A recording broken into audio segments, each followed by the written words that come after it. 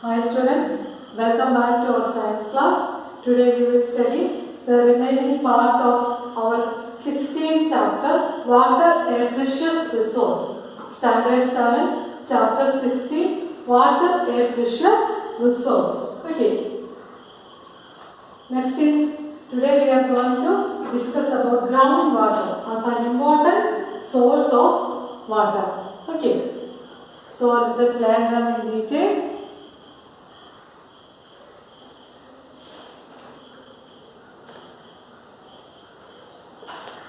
Depletion of water table.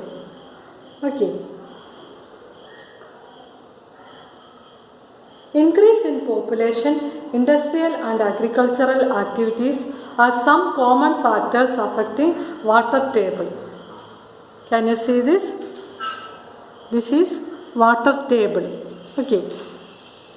Idana water table and this is groundwater. Okay.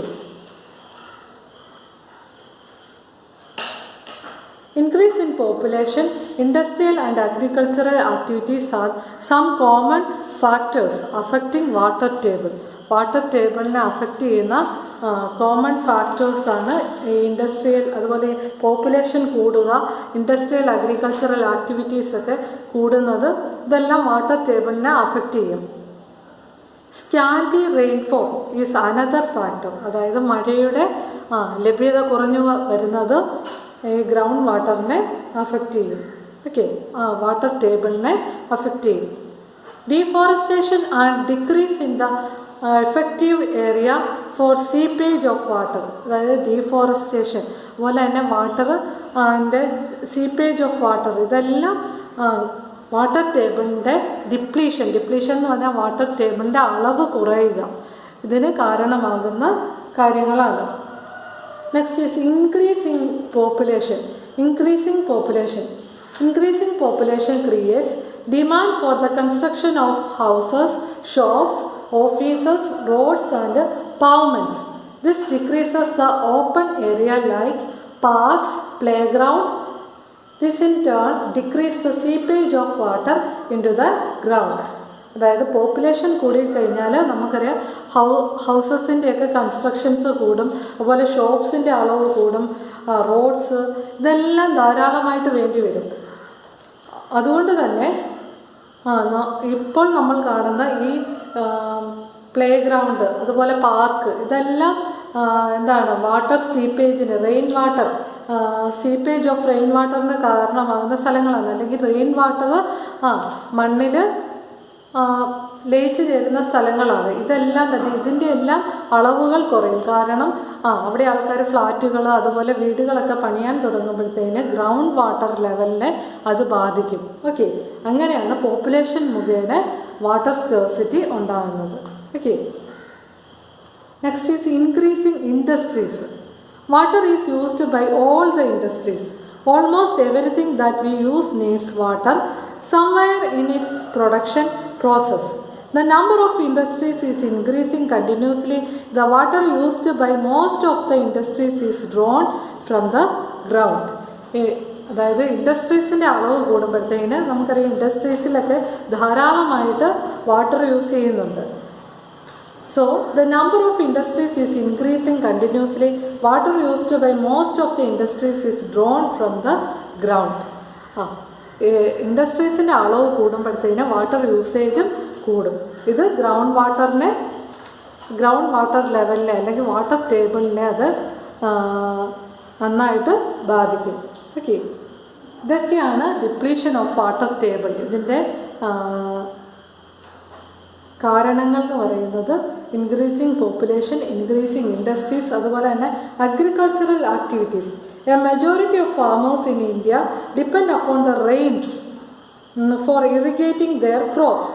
Irrigation systems such as canals, they are only in a few places. Even these systems may suffer from lack of water due to erratic rainfall. Therefore, farmers have to use groundwater for irrigation. നമുക്കറിയാം agriculture എന്ന് പറഞ്ഞാൽ farmers മെയിനായിട്ട് rain വാട്ടറിനെയാണ് depend ചെയ്യുന്നത്. പക്ഷേ ഈ rain വാട്ടറിൻ്റെ അളവ് കുറയും തോറും ഗ്രൗണ്ട് വാട്ടറിൻ്റെ യൂസേജ് കൂടി വരും. Okay. Population pressure on agriculture forces increasing use of groundwater day by day. This results in depletion of water table. Ground വാട്ടറിൻ്റെ യൂസേജ് കൂടി വരുമ്പോഴത്തേന് വാട്ടർ ടേബിളിൻ്റെ ഡിപ്ലീഷന് കാരണമാകുന്നു. Next is distribution of water. Okay. India is a vast country and the rainfall is not the same everywhere. Some regions have excessive rains while some others have very little rainfall. Excessive rain causes floods, whereas absence of rain results in droughts. Therefore, some regions in our country may have floods while others may suffer from drought at the same time. അതായത് നമുക്കറിയാം നമ്മുടെ ഇന്ത്യയിൽ എല്ലാ സ്ഥലങ്ങളിലും rainfall ഒരുപോലെയല്ല. ചില റീജിയൻസിൽ excessive rain ആയിരിക്കും. എക്സസീവ് റെയിൻ കാരണമാണ് ഫ്ലഡ് ഉണ്ടാകുന്നത്. ഫ്ലഡ് വെള്ളപ്പൊക്കം അതിന് കാരണമാകും. പക്ഷെ ആ സമയം തന്നെ ചില സ്ഥലങ്ങളിൽ absence of rains result in drought. മഴ ലഭ്യത കുറവാണ്. അപ്പോൾ അവിടെ ഡ്രോട്ട് ഉണ്ടാകും, വരൾച്ച ഉണ്ടാകും. അതുകൊണ്ടാണ് ഒരേ സമയത്ത് ഇന്ത്യയിൽ ഫ്ലഡും ഡ്രോട്ടും ഉണ്ടാകുന്നത്. Okay. Next is water management.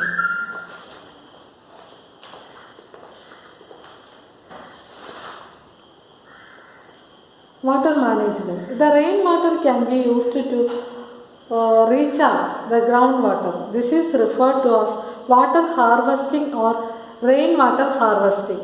അതായത് റെയിൻ വാട്ടർ ഹാർവെസ്റ്റിങ്ങിനെ കുറിച്ച് നിങ്ങൾ സ്റ്റാൻഡേർഡ് 6 പഠിച്ചിട്ടുള്ളതാണ്. എന്താണ് റെയിൻ വാട്ടർ ഹാർവെസ്റ്റിംഗ് എന്ന് പറഞ്ഞാൽ?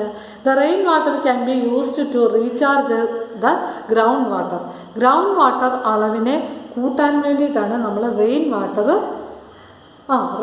യൂസ് ചെയ്യുന്നത്. Okay, the rainwater can be used to recharge the groundwater. This is referred to as water harvesting or rainwater harvesting. Okay.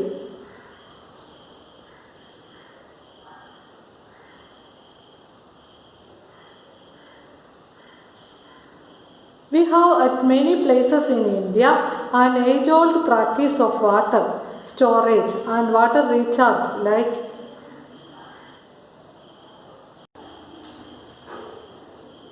We have at many places in India an age-old practice called berries. Berry was the traditional way of collecting water. Okay. Next is drip irrigation. Drip irrigation is a technique of watering plants by making use of narrow tubing and deliver water directly at the base of the plant. അതായത് drip system എന്ന് പറഞ്ഞാൽ drip irrigation system. അത് നമ്മൾ ക്രോപ്സിനെ കുറിച്ചൊക്കെ പഠിച്ചതാണ്. Drip irrigation സിസ്റ്റത്തിൽ ഈ ഓരോ ക്രോപ്സിൻ്റെ റൂട്ട്സിൽ വാട്ടർ ഡ്രോപ്പ് ബൈ ഡ്രോപ്പ് ആയിട്ട് എത്തുക. ആ ഒരു ടെക്നിക്കിനാണ് ഡ്രിപ്പ് ഇറിഗേഷൻ മെത്തേഡ് യൂസ് ചെയ്യുന്നത്. ഇതിലൂടെ നമുക്ക് വാട്ടർ കൺസർവ് ചെയ്യാം. അതായത് കൂടുതൽ വാട്ടർ നമുക്ക് വേസ്റ്റാക്കി കളയാതെ കൊണ്ട് സൂക്ഷിക്കാൻ പറ്റും. അതിനാണ് ഡ്രിപ്പ് ഇറിഗേഷൻ സിസ്റ്റം യൂസ് ചെയ്യുന്നത്. Okay. What role you can play? Okay. Can you see this? This is drip irrigation system. Okay. Next is what role you can play? Okay. There are a number of ways you can adopt to minimize the wastage of water. Okay. Turn off taps while brushing. അതായത് നമ്മൾ brush ചെയ്യുന്ന സമയത്ത് tap വെറുതെ അഴിച്ചു വിടരുത്. നമ്മൾ use ചെയ്യുന്ന സമയത്ത് മാത്രം ടാപ്സ് ഓൺ ആക്കിയാൽ മതി. Turn off taps while brushing. അതുപോലെ mop the floor instead of washing. നമ്മളുടെ ഫ്ലോറൊക്കെ നമ്മൾ വാഷ് ചെയ്യുന്നതിന് പകരം മോപ്പ് ചെയ്യുക, നന്നായിട്ട് തുടച്ചെടുക്കുക. Okay. Effect of water scarcity in plants. Okay. What are the effects of water scarcity on plants? You must have seen potted plants and ultimately drying up if they did not get water for a few days. അതായത് കുറച്ച് ദിവസത്തേക്ക് water കിട്ടാതിരുന്നാൽ നമുക്കറിയാം ഈ potted plants എല്ലാം തന്നെ നന്നായിട്ട് ഉണങ്ങിപ്പോകും. എന്തുകൊണ്ടാണ്? That plants need water to get nutrients from the soil, prepare their food. അതായത് വാട്ടർ കിട്ടിയാൽ മാത്രമേ ഈ പ്ലാന്റ്സിന് സോയിലുള്ള ന്യൂട്രിയൻസ് കിട്ടത്തുള്ളൂ. ഈ ന്യൂട്രിയൻസ് കിട്ടിയാലേ പ്ലാന്റ്സിന് ഫുഡ് പ്രിപ്പയർ ചെയ്യാൻ പറ്റത്തുള്ളൂ. Okay. So the green character of the planet shall be lost. Okay. This may mean the end of all life. അതായത് നമ്മുടെ എർത്ത് എങ്ങനെയാണ് അറിയപ്പെടുന്നത്? എർത്ത് ബ്ലൂ പ്ലാനറ്റ് എന്നാണ് അറിയപ്പെടുന്നത് അല്ലേ? അതുപോലെ തന്നെ ഗ്രീൻ ക്യാരക്ടർ ഉണ്ട്. എന്തുകൊണ്ടാണ്? This may mean the end of all.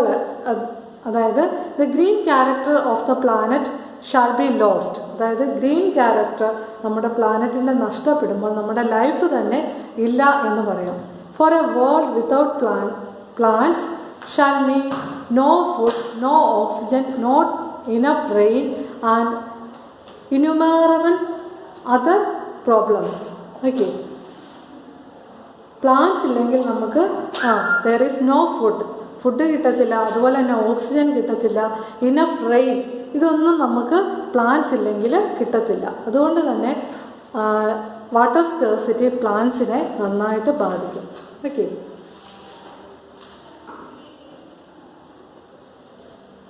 These are today's topic. You study well. We will meet in the next class. Thank you.